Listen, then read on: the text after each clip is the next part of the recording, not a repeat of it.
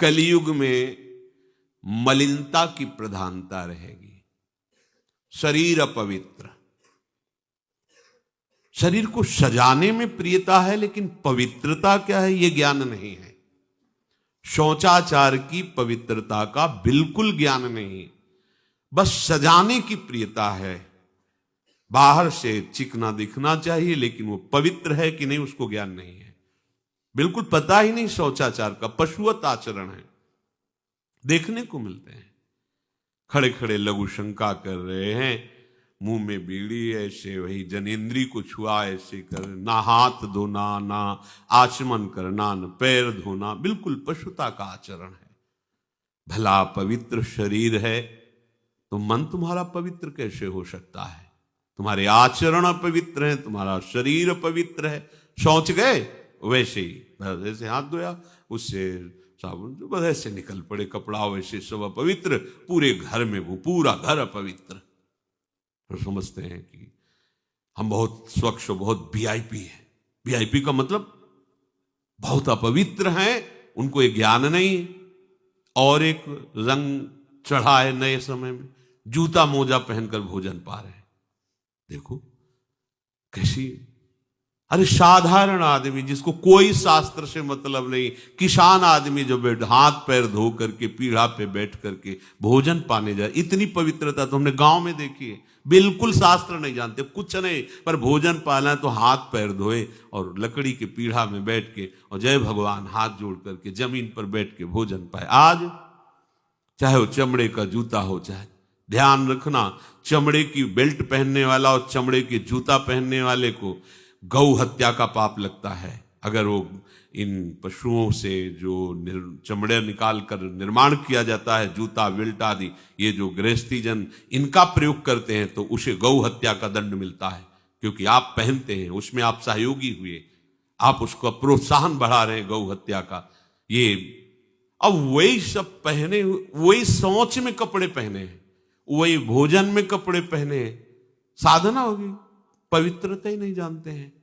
लघु शंका करने के बाद यदि आपने जनेन्द्री का प्रक्षालन नहीं किया, हाथ नहीं धोया, चरण नहीं धोए, आचमन नहीं किया, तो आप तो अपवित्र हैं।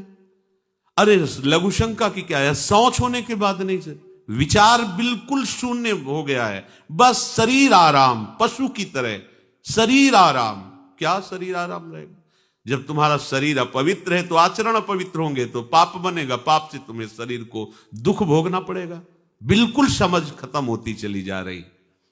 कलि केवल मल मूल मलिना, ये नाना प्रकार के पापाचरणों की जो हमारी प्रवृत्ति बढ़ती जा रही है, उसका कारण है खान पान अपवित्र, शरीर अपवित्र। हमने देखा है,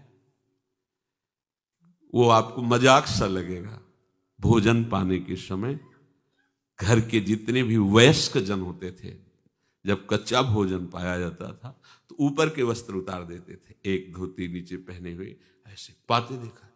बाद में विचार कितनी पवित्रता, क्योंकि वो कपड़े पहनकर बाहर कार्यों और ऐसे जल लेकर के ऐसे आचमन कर हाथ जोड़कर थोड़ी देर, किसान आदमी, वो कोई साधु महात्मा नहीं, कोई वैष्णव नहीं, किसान आदमी की बात कर रहे हैं। हाथ में जय बोल करके प्रभु की फिर प्रसाद पाए, जय हो भगवान आपकी। आज परोसने में अगर कहीं रोटी छू गई परोसने वाले को तो डांट लगती थी, पूरी रसोई जूठी करेगी, रखिए थाल, हाथ धो, दूसरी थाल मिला। आज उसी से अमुक ले रहा है, उसी से अमुक ले रहा है, उसी से अमुक ले रहा है, वो शराब पीने वाला है, मांस खाने वाला है, गंदे आचरण, उसी से आप ले रहे हैं। बोले वो तो समाज में चलता है, समाज में तो समाज को लेके चलना ही पड़ेगा। भाई समझो, पवित्रता अति अनिवार्य है, इसे आप समझो। अगर आप अपवित्र पशुओं जैसे, तो आपकी बुद्धि भी पशुवत आचरण करेगी, आसुरी भाव को प्राप्त हो जाएगी।